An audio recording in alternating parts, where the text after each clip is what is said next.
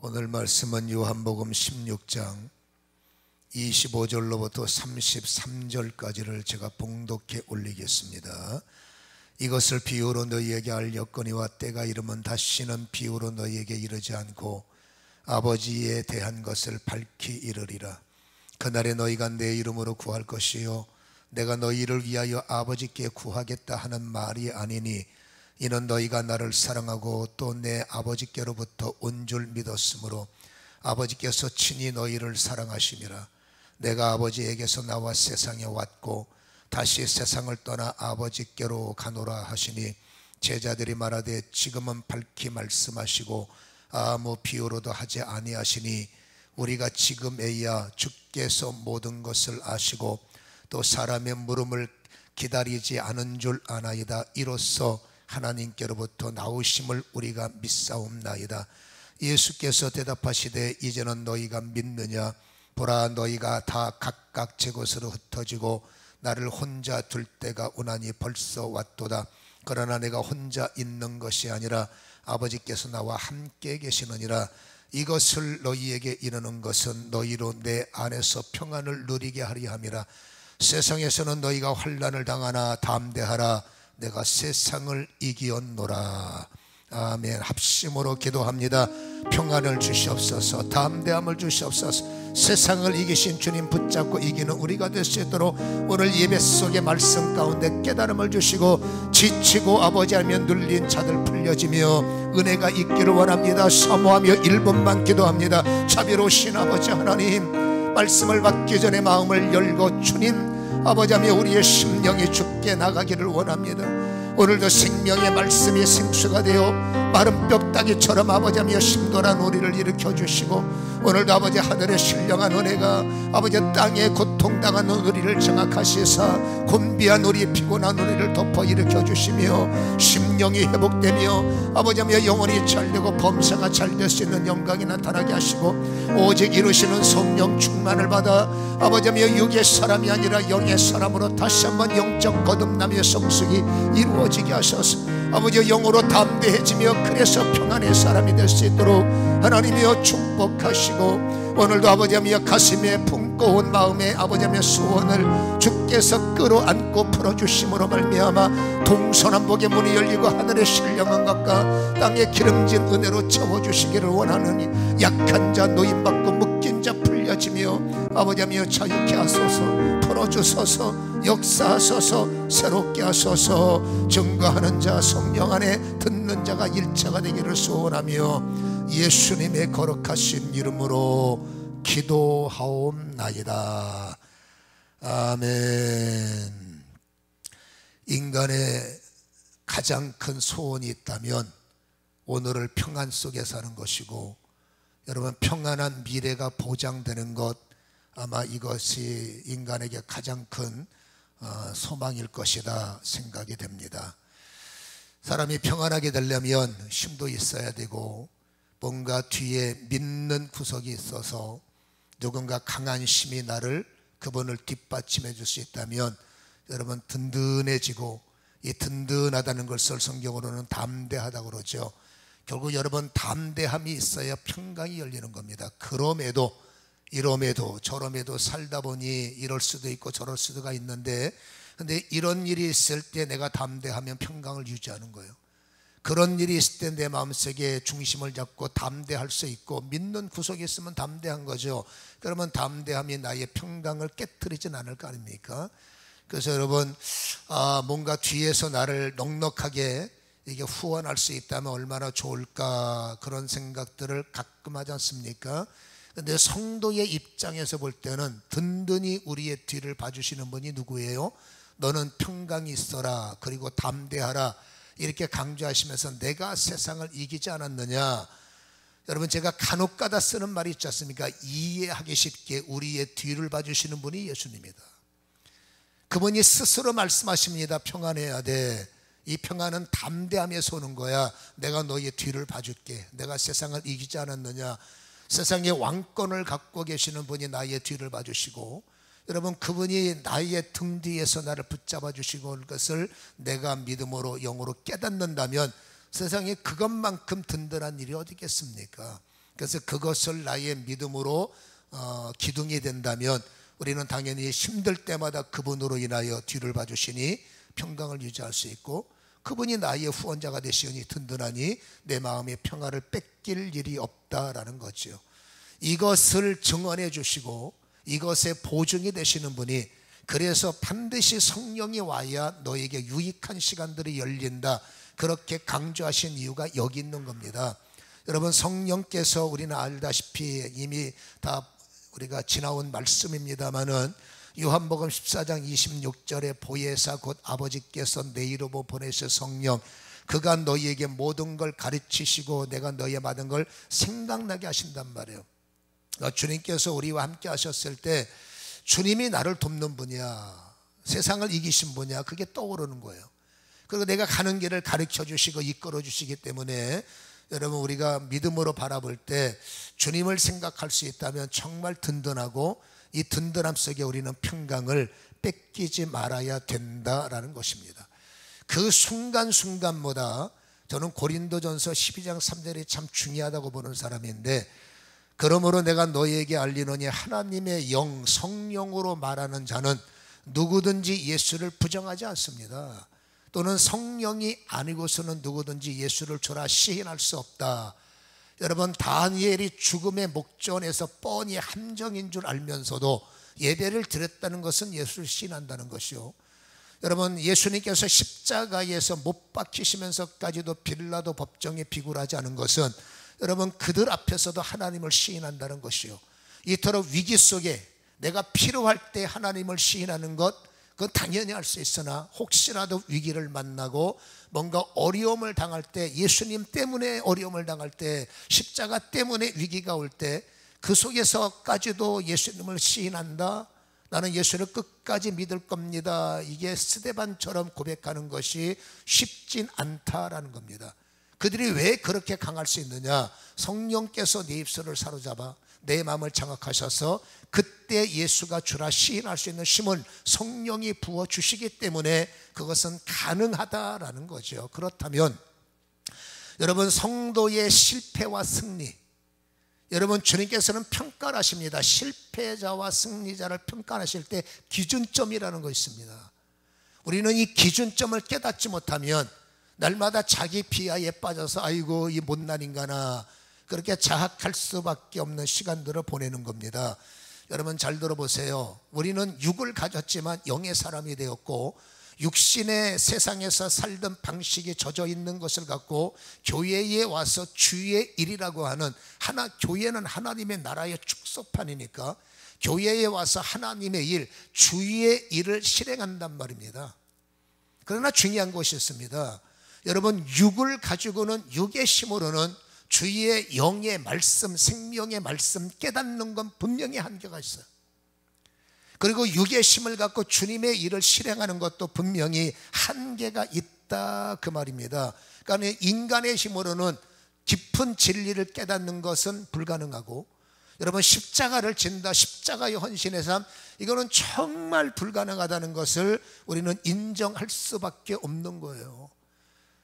여러분, 주님도 그거를 말씀하시지 않았습니까? 마태복음 26장 41절에 마음에는 원이지 그러나 육신이 약하기 때문에 어려울 걸, 이 말씀인 거예요. 여러분, 베드로가 그 말을 듣고 26장 34절에 예수께서 베드로에게 이런 말씀하시죠. 내가 진실로 너희에게 이르노니 오늘 밤 닭 울기 전에 네가 나를 3번 부인할 거야. 베드로의 호언 담당, 나 다 할 수 있습니까? 마음은 뭘 못하겠어요? 다 할 수 있습니다. 주님이 어디 가든지 따라가고, 죽으면 함께 죽을 겁니다.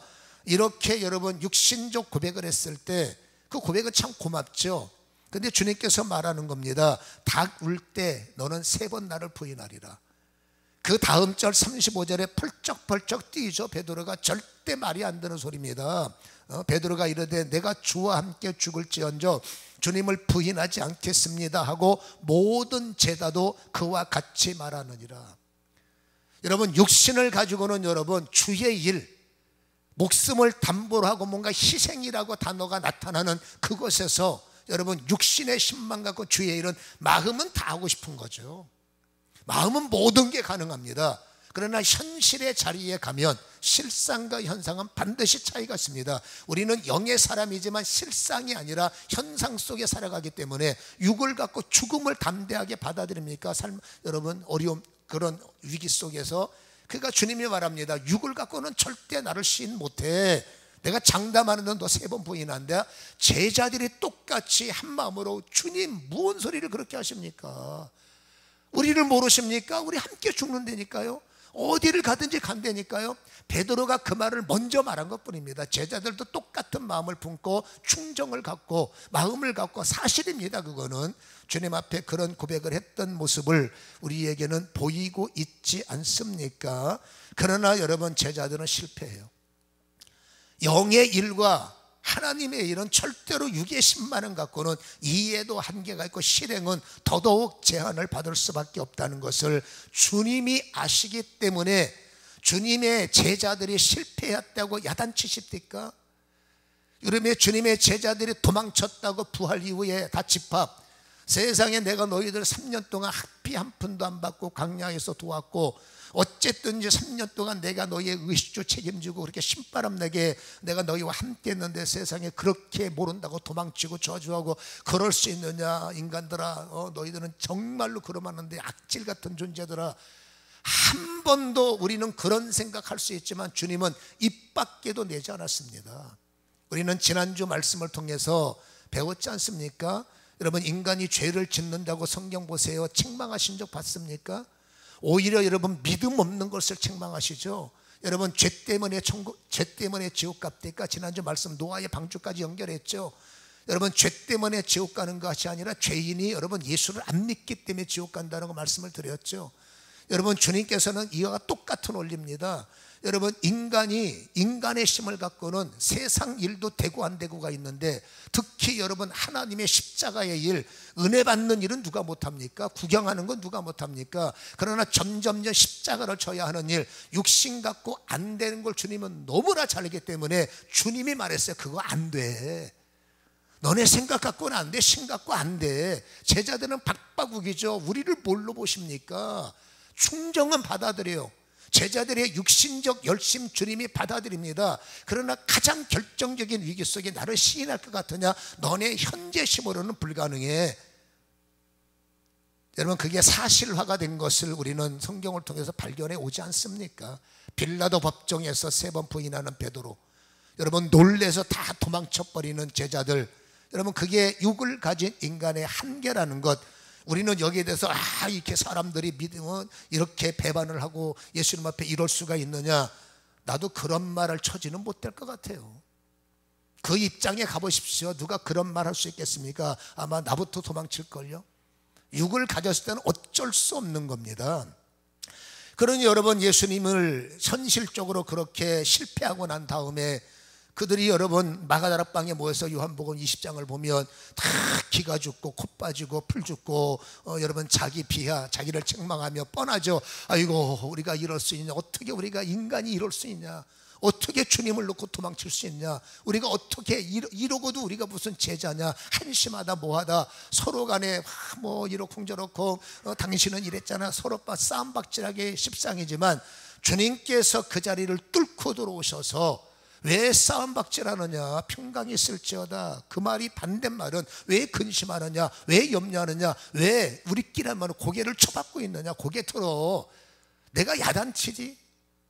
내가 지금 야단도 안 쳤고 책망하지 않았잖아. 늘 말하는 것이 인간은 그게 한계다. 인간의 힘을 갖고는 그게 한계다라는 겁니다. 다시 말하지만 세상 일은 잘 모르겠어요. 그러나 교회의 일, 은혜 받는 건 여러분 누구나 다 공평합니다. 여러분, 나에게 유익을 얻는 것에 마다할 사람은 없지만 여러분, 어떻게 교회 생활이 은혜만 받겠습니까? 은혜를 베풀어야 될 때가 있고, 어떻게 내가 얻기만 하겠습니까? 얻은 것을 여러분 주님 때문에 표현상 뺏길 때도 있잖아요. 마지못해 어쩔 수 없이 십자가를 져야 될 때, 여러분 왜 나는 그 앞에 가면은 자꾸 초라해지고, 나는 왜 자꾸 이렇게 약해질까? 남들은 아멘 하는데 나는 왜 아멘이 안 나올까? 남들은 그렇게 하는데 나는 왜 안 될까? 나는 교회가 체질이 안 맞나? 혹시 하나님이 나를 미워하시는 거 아니야?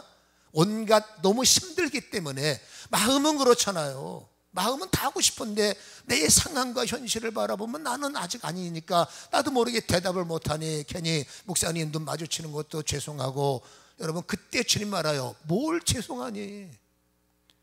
미안할 것도 없고 죄송할 것도 없고 그냥 고개 들어 야단 안 치고 충분히 이해하니까 괜찮아 라는 말씀을 주님은 하시기에, 저도 이 말씀을 따라 다시 한번 마음을 고쳐먹고, 아 그랬군요.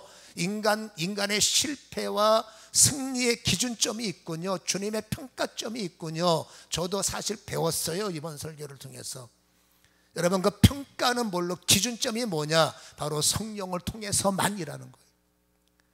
여러분 성령이 우리에게 오셔서 나를 가르쳐 주시고, 성령이 오셔서 그 말씀이 생각나게 하시고, 성령이 예수를 증언하고, 성령이 예수를 우리의 보증자가 되셔서 여러분 우리를 심껏 나의 하는 일 너희도 할 것이다, 나보다 더 큰 일 하리라, 이건 다 우리가 추적해온 말씀입니다. 요한복음 강의를 통해서. 왜요? 내가 아버지께로 가면이라. 아버지께로 가면 보혜사가 너에게 오실 것이고, 그분이 너희에게 내가 했던 증언자가 돼서, 여러분 예수의 증언자는 성령이에요. 여러분 법정 증언은 내가 목격했습니다. 목격자가 증언자입니다. 그러나 여기서 증언자는 간접적 경험자가 아니라 예수님의 사역 속에 직접 직접 여러분 주님과 함께 일하셨던 분이 성령이고, 그 성령이 예수의 증언의 영으로 내게 오셔서 여러분 나를 통해서 예수를 증언할 때, 주님이 하신 일을 증언자의 마음이 있다면 그대로 나에게 부어 예수님이 하신 일이 제자들도 하게 하고, 예수님이 하셔야 되는 일이 시대가 악해져도, 여러분 시대가 악해봤자 악한 세상이죠. 창조의 성령께서 나를 통해서 큰 일을 할 수 있다라고 말씀하셨기 때문에, 기준점이 뭐냐? 네가 성령을 받았느냐 받지 못했느냐, 그게 기준점이라는 거예요. 그래서 여러분 요한복음 20장 여러분 21절에 주님께서 오셔서 평강이 있을지어다 라고 말씀하시면서, 기죽어 있는 그들에게 눈빛으로 고개 들어 기죽지 말고 괜찮아, 그럴 수밖에 없어 하시면서 숨을 내쉬면서, 이제 실패하지 않는 방법은 딱 한 가지야. 성령을 받으라. 성령을 받고 방언하고 뭐하고, 그건 은사적인 것은 기능적인 요소입니다. 방언 안 해도 괜찮아요. 여러분 방언한다고 천국 갑니까? 방언 못한다고 천국 갑니까? 예수 믿으면 되는 거 아니겠어요? 근데 성령이 왜 필요하냐? 성령이 오셔야 시인의 힘을 갖는단 말이에요. 성령이 오셔야 가장 결정적인 순간에 천국을 보게 하시고, 성령이 오셔야 가장 중요한 순간에 용기를 주셔서 마음으로 결정하고 현장 앞에 도망치는 베드로. 그러나 이후에 성령을 오순절에서 받고 나니 여러분 두려움이 어디 갔습니까? 무서움이 어디를 갔을까요? 차이는 시간 몇 달 간 것밖에 없습니다. 성령이 임하셨더니 이게 웬일입니까? 그래 가져있던 두려움이 어디론가 사라지고, 나도 모르게 속에서 성령의 힘을 통해서 제사장들아 들어라, 관원들아 들어라, 이게 예수 시라는 거 아니겠습니까? 그래서 주님께서는 성령에 사로잡히지 않고 보혜사의 유익이 오기 전까지 인간의 육신은 최선을 다한 거예요. 너 그거 최선 다한 거야. 너 그만큼 한 거 최선을 다한 거야. 혹시라도 우리가 아직도 그만큼 하다가 나는 못할 것 같아, 주님은 너의 그만큼도 내가 인정한다. 너의 연약함도 내가 인정한다. 왜? 그것을 하게 하시는 분은 성령이시기 때문에. 여러분 그래서 주님은 여러분 기준점이 성령을 받았느냐. 여러분 성령을 받으면 주님은 실패할 걱정을 하지 않습니다.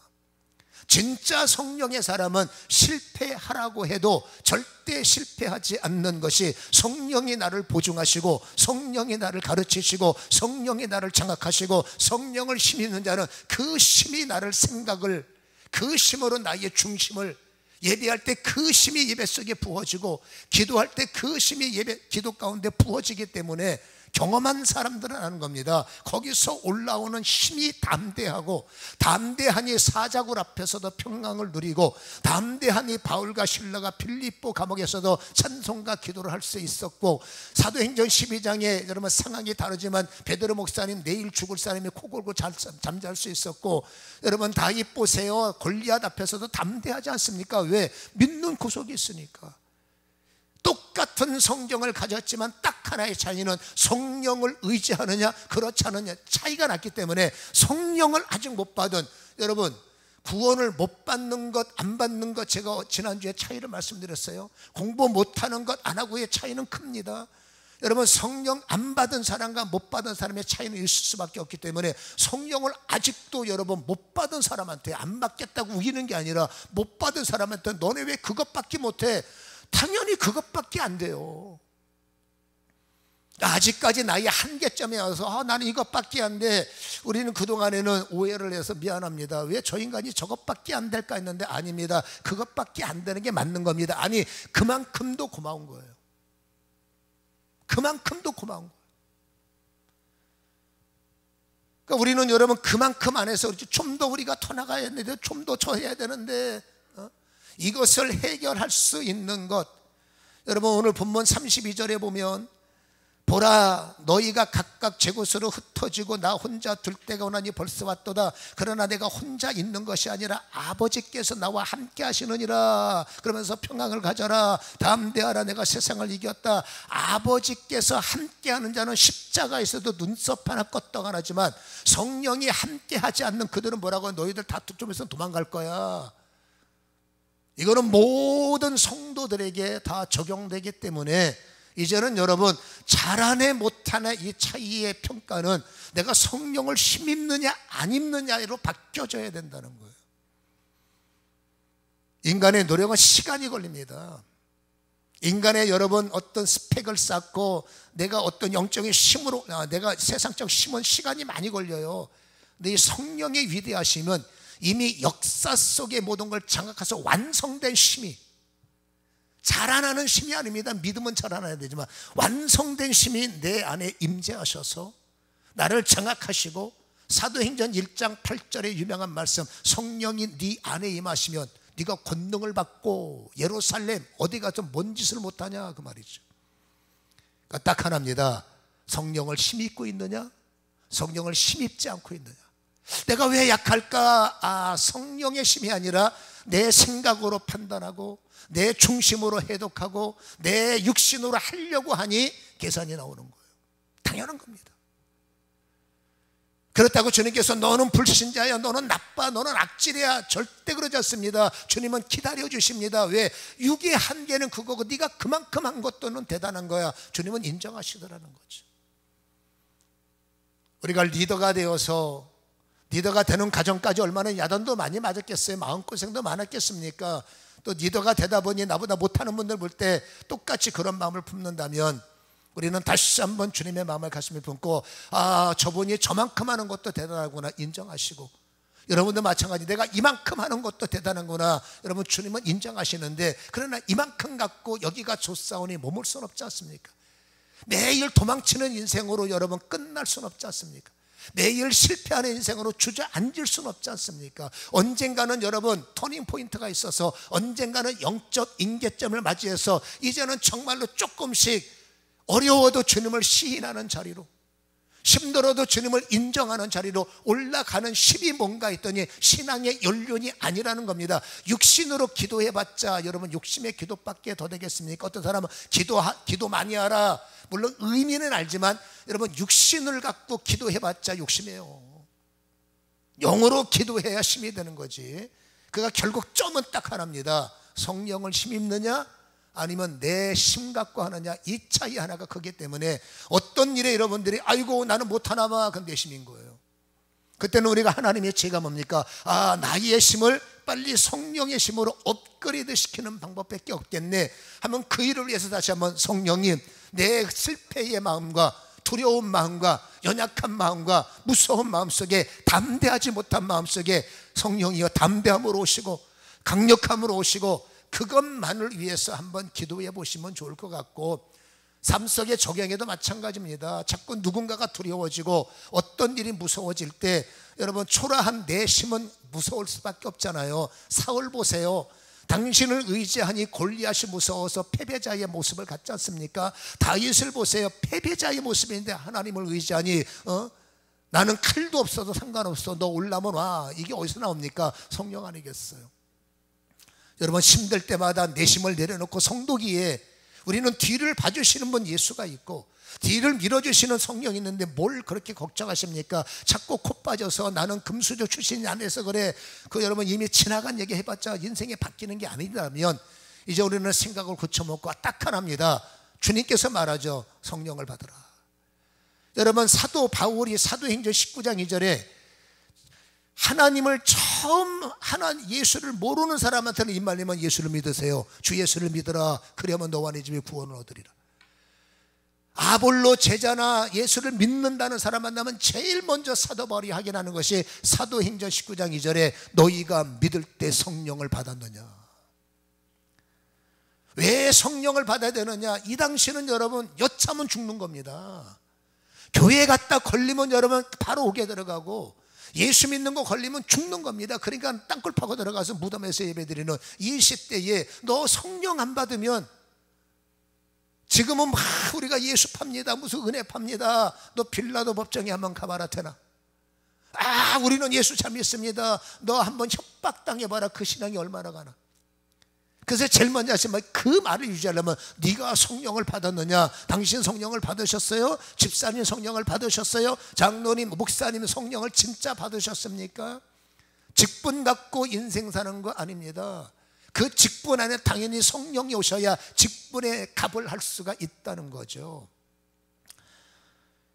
그래서 사도 바울의 말에 너희가 성령을 받았느냐라는 질문을 우리는 계속 스스로 반복해요. 내가 과연 이 사건 앞에 성령을 받았는가? 내가 이 문제를 처리하는데 바로 성령을 받았는가? 다시 부탁드립니다. 여러분 사도행전 19장 2절 주님이 명령, 요한복음 20장 22절에서 명령, 너 성령 받아야 돼 명령하셨으니 과연 나는 교회 올 때마다 성령을 받았는가? 어떤 여러분 곤란한 사건을 만날 때 지금 내가 성령을 받았는가? 나의 한계를 만날 때 또 고백해야 됩니다. 지금 내가 성령을 신뢰하고 있는가? 나중된 자가 먼저 된다는 의미는 바로 여기에 준한다는 사실을 우리는 기억하시기를 주님의 이름으로 간절히 축원합니다. 주위의 일과 사람의 일은 여러분 이토록 차이가 나기 때문에 교회 안에서 잘못된 습관들을 가질 수가 있어요. 여러분 교회는 하나님의 집이지만 사람들로 채워진단 말이에요. 이 사람들은 여전히 세상의 관습을 갖고 살아가다가 세상 일에 젖어 있는 사고를 갖고 교회에 오면 얼마든지 여러분 육신을 갖고 교회 일 많이 합니다. 주방 일을 성령 충만할 필요가 뭐 있습니까? 여러분 마당 쓰는 것을 성령 충만할 필요가 뭐 있습니까? 예를 들어 말하는 겁니다. 얼마든지 교회 일은 성령 충만한 일이 아니라 육의 힘을 갖고 처리해야 할 사람의 모인 기관, 집단이다 보니 사람의 일이 많아요. 그러니까 행정적인 일이나 기타 등등은 사람의 힘 갖고 얼마든지 해결할 수 있는 일이 많죠. 물론 이것도 이제 힘들면 또 시험도 오지만 아무튼 그러나 여러분 영의 일은 아닙니다. 여러분 육으로 기도할 수 있습니다. 오래 못해요. 육으로 전도 나갑니다. 시험 듭니다. 짜증이 납니다. 왜 자꾸 나만 오라고 그래? 여러분 육을 갖고 헌금하면 여러분 마지못해 합니다. 안 하면 뭔가 찝찝하니까. 근데 기쁨이 없습니다. 얼마든지 육을 갖고 할 수 있지만 영으로 할 때는 달라요.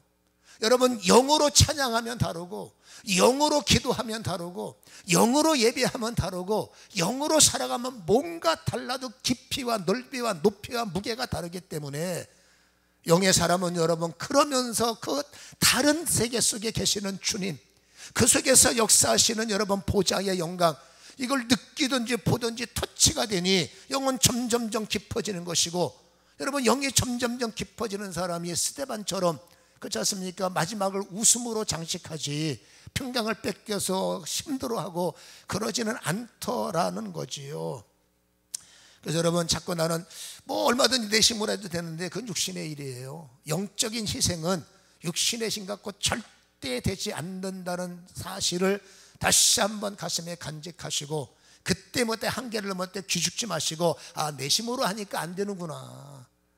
만약에 그 일에 다시 한번 애착심이 있다면 하나님 이 일에 나에게 성령을 부으셔서 못하는 것보다 하는 게 훨씬 나으니까 할 수 있는 힘을 나에게 부어주옵소서.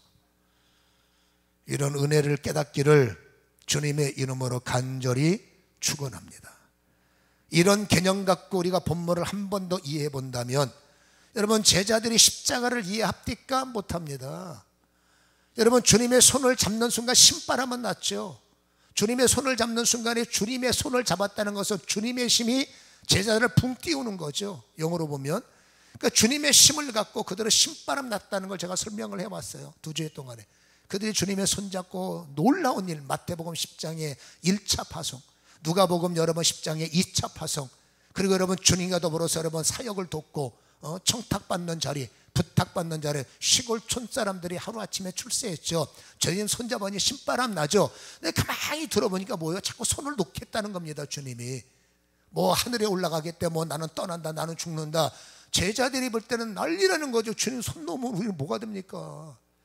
과연 그게 정말 주님을 위해서일까, 본인을 위해서일까 알 수는 없지만, 주님 절대 손 놓으면 큰일 납니다. 절대 못 놓습니다. 그 마음은 육으로도 얼마든지 이해가 되는 거죠. 그리고 여러분 죽음 너머의 세계는 계속 강조했지 않습니까? 누가 가르친 적이 없는 걸 어떻게 죽음 너머의 세계를 봅니까?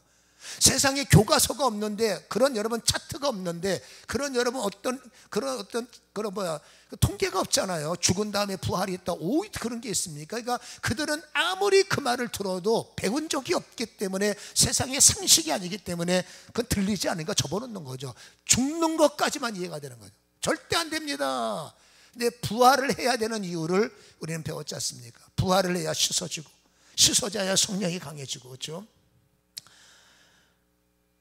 그래서 여러분 그럼에도 이들은 십자가를 이해를 못하는 겁니다. 그러니까 주님께서 이런 말씀을 하셨을 때, 본문은 아닙니다만 원래 우리가 지난주 말씀부터 연결해야 되는데 제가 너무 길어서 생략을 했는데, 여러분 앞절에 보시면 16절에 주님께서 16장 16절에 이런 말씀하십니다. 조금 있으면 너희가 나를 보지 못하겠고 또 조금 있으면 나를 보리라 하시니. 뭔 소리래 이게? 17절에 제자 중에 말합니다. 뭔 소리야? 몰라. 17절 보세요. 제자 중에서 서로 말하되 우리가 말씀하신 바 조금 있으면 나를 보지 못하겠고 또 조금 있으면 나를 보리라 하시며, 또 내가 아버지께 감히라 하신 말씀이 무슨 말이냐. 또 말하되 조금 있으면이라 하신 말씀이 무슨 말이냐. 무엇을 말씀하시는지 뭐라고요? 도통 모르겠다. 전혀 모르겠다. 처음 듣는 말이면 계속 들었죠. 조금 더 구체적 비유가 나타나니까 도대체 모르겠다. 인간은 여기로, 여러분 신학대학원 들어가서 졸업반들이에요. 이 정도면 알 만큼 알아야 되는데, 아는 게 육신은 한계가 있고, 육으로 아무리 신학을 배워도 성령화로 바뀌지 않으면 그것이 영의 말씀이 될 수가 없으니, 도대체 뭔 소리냐, 학점 받으려면 아멘하지만 그 내용은 모르는 게 많죠. 우리는 어떨 때는 내용도 모르고 설교하는 게 한두 가지겠어요. 그냥 써 있으니까 읽는 거지. 그렇죠?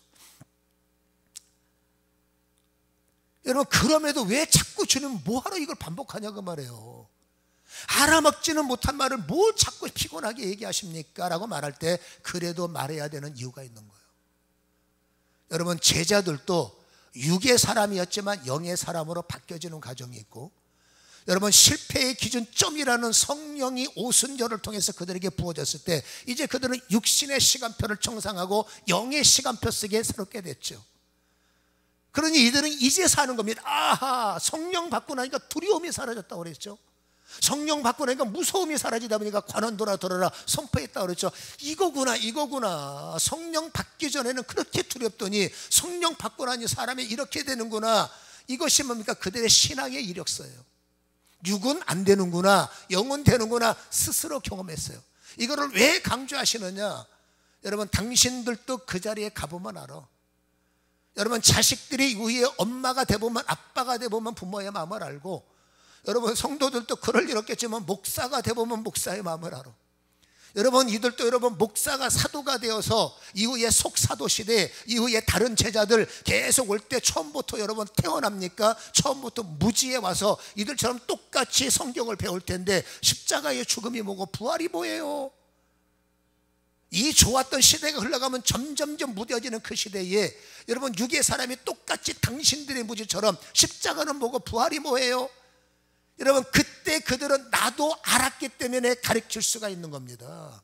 주님이 무지한 그들에게 계속 그것을 강조하신 것은 너희도 그래 왔고 너희는 달라졌기 때문에 이후에 너희를 따라오는 그들이 그랬을 때 그랬던 너희가 그들을 양육하라는 겁니다.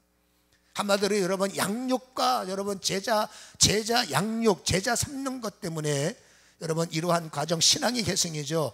이러한 것들을 계속 반복해 오셨기에 그들은 그것이 교육이 됐기에 필요한 거다라는 것을 우리는 알 수가 있는 겁니다.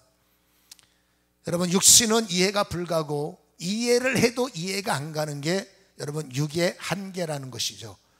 여러분 16절 우리가 본문의 말씀을 다시 한번 살펴보면 우리가 모른다 이렇게 말씀했지 않습니까? 도대체 무슨 말이냐 모를 때 주님은 비유로 말하지 않고 아예 다 풀어서 말씀하시는 것이 여러분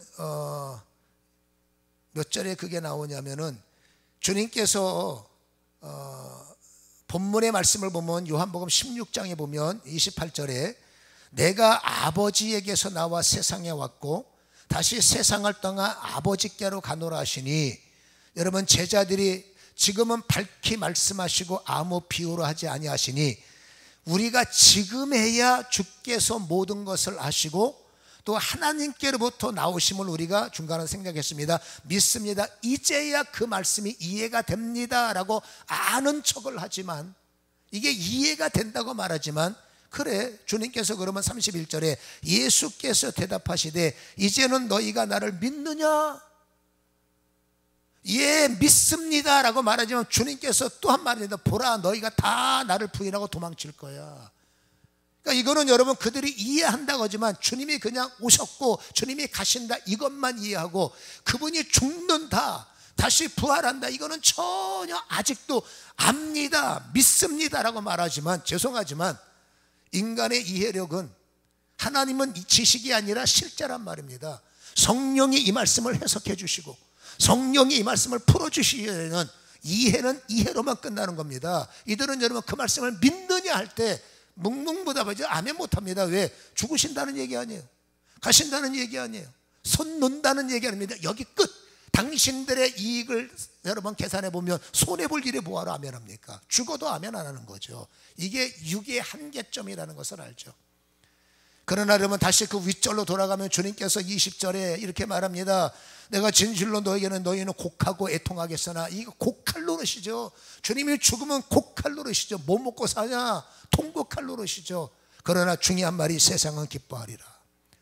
너희는 근심하겠으나 너희는 근심하겠으나 너희의 근심이 도리어 기쁨이 될 날은 오리라.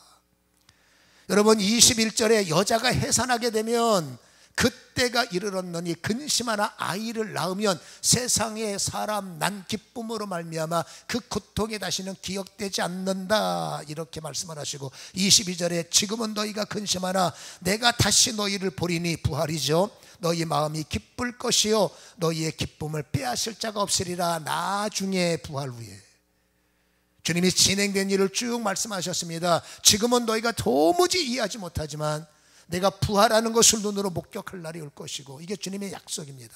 그리고 성령이 오심으로 너희의 마음속에 여러분 이것이 영적으로 산고통, 십자가라는 여러분 인태를 품고 예수님의 십자가의 죽으심으로 부활이라는 여러분 영적 출산을 했단 말이에요. 죄인이라는 사람들을 십자가에 주님께서 끌어안고 죽으셨어요. 그리고 다시 한번 생명을 여러분 끌어안고 여러분 십자가에서 다시 한번 부활하셨단 말입니다. 이 산고통 후에 아이가 태어났는데 임산부가 아이를 낳기 전에 얼마나 죽을 고생을 합니까?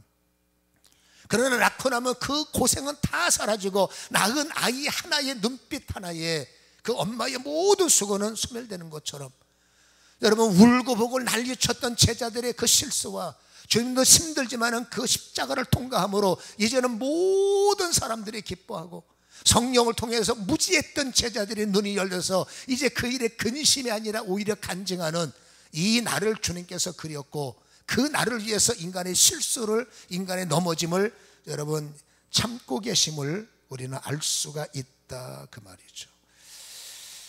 중요한 것은 완성은 온다는 겁니다.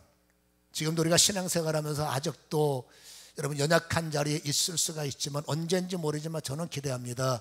지금은 여러분 넘어질 수 있어요. 기죽지 마시고 주님께서 내가 언제 너 야단치리라는 말씀 기억하셔서 그냥 내가 이만큼 하는 것도 대단하다 스스로 여기시고, 그러나 여기서 머물 수 없기 때문에 아버지 조금씩 전진하기 위해서 나에게 성령을 부으시고, 성령의 눈을 열어 주님을 보고, 성령의 귀를 열어 깨닫게 하시고, 성령이 내 마음을 장악하시고, 아버지 하며 담대하지 못할 때 담대케 하여 주셔서 절대로 그럼에도 불구하고 평안하게 울게 하시고, 평안하게 어려워도 평안하게 아버지 이 시점들을 통과해 나갈 수 있도록 은혜를 주시기를 원합니다. 그렇게 기도하기를 축원합니다. 마지막으로 이 십자가의 해산 기쁨이 또 하나가 있습니다. 십자가의 또 하나 다른 은혜가 뭐냐면 전후가 나눠진다는 거예요. 여러분 성경의 본문을 보면 앞절에 23절에 그날에는 너희가 아무것도 내게 묻지 아니하리라. 내가 진실로 진실로 너희에게 이르노니 너희가 무엇이든지 아버지께 구하는 것을 내 이름으로 주시리라. 24절 너무나 유명한 말씀이에요. 16장 24절 읽어봅니다. 시작. 지금까지는 너희가 내 이름으로 아무것도 구하지 아니하였으나 구하라 그리하면 받으리니 너희 기쁨이. 주일학교 때 이거 안 해오면 밥을 안 줄 만큼 유명한 말씀이에요. 그렇죠? 암송 때 꼭 나오는 약방 감초처럼 중요한 말씀인데, 저걸 우리는 단순하게 이해했지만 저걸 보세요. 주님께서 이 말씀 속에 저 말씀이 삽입되어 있다는 이유는 전과 후의 은혜가 있다는 거예요. 여러분 십자가 전까지는 예수님이 땅에 계셨기 때문에 이유를 막론하고 멀리 있든 가까이 있든 힘들면 주님 앞에까지 나와야 됩니다. 나올 수 없으면 여러분 들것에 쥐어서라도 나왔어야 됩니다. 그래서 십자가 전까지는 무조건 힘들어도 주님 앞에 엎드려서 주님의 얼굴 친히 보고 친히 주님 앞에 그렇죠 소원을 아뢰고 간구를 아뢰는 것이 십자가의 전이라는 거예요. 그러나 십자가 후에는 상황이 많이 달라졌습니다. 어떻게 달라졌을까요? 주님이 전에는 주님이 계신 자리만 영광이었어요. 살아계셨기 때문에 가시면서 영광을 누룩처럼 퍼뜨리셨죠. 그러나 그것도 역시 제한일 수밖에 없는 게 예수님은 여기 계셨으니까. 그러나 주님이 십자가의 죽으심으로 여러분 주님은 십자가의 영광을 통해서 모든 죄를 씻어내시고 성령님과 더불어 다시 하늘의 왕권을 갖고 아멘 이 땅에 오시다 보니 이제 제한적인 활동이 아니라 전 세계가 주님의 여러분 교구가 되고 전 세계가 하나님이 일하시는 현장. 우리는 제한을 받지만 성령은 여러분 운행을 통해서 산에 있든 들에 있든 골방에 있든 감옥에 있든 어디에 있든 동시적으로 역사할 수 있는 이 위대한 왕권을 가지고 이 땅에 예수님이 오셨고 이 땅에 성령이 운행하시기 때문에 전에는 주님 앞에 나왔어야 되나 후에는 그 주님의 이름이 내가 믿는 곳에서 예수의 이름을 부르면 내가 거하는 곳에서 예수의 이름을 찾으면 이제 온 세상의 주요 만국의 여러분 왕 되신 주님은 그곳에 계시기에 골방에서 기도해도 그곳에 응답하시고 산에서 기도해도 그곳에서 역사하기 때문에 이제는 주님 이후에는 여러분 어느 곳에서든지 우리는 그분의 이름을 부르면 꼭 내가 주님의 얼굴을 뵙지 않아도 여러분 기도하는 그곳에서 주님은 무엇을 구하든지 응답하리라. 할렐루야. 여러분 그러나 무엇이든지 구하면이라는 말을 여러분 전후는 달라요. 십자가를 지기 전까지 십자가를 패스할 때까지는 여러분 주님 앞에 올 때 오직 나를 위해서 오지요. 십자가를 지기 전까지는 내가 주체요. 여러분 어쩌면 주님의 이름은 객체입니다. 그래서 여러분 항상 나를 위해서만 나만을 위해서만 간구했지만 진짜 십자가의 생명을 깨닫고 십자가를 통과하면 달라집니다. 나는 객체요 주님의 주체가 되겠죠. 십자가를 통과한 이후에 무엇이든지 기도되면 많이 절제가 되어 있고 무엇이든지 기도 제목은 많이 다듬어져 있고 무엇이든지 기도 제목은 많이 가려져서 갈라디아서 5장 24절의 말씀을 보면 여러분 그리스도 예수의 사람은 육체와 함께 그 정과 탐심을 십자가에 못 박았다. 십자가를 통과하면 정욕의 기도, 십자가를 통과하면 욕심의 기도가 많이 절제되고 정제되고 깎여지고 부셔져서 정말 주님이 원하는 아름다운 기도 제목들이 주님 앞에 들에서든 산에서든 어디서든지 외칠 때 주님은 받으신다. 아무 데서 주의 이름으로 되겠구나 됩니다.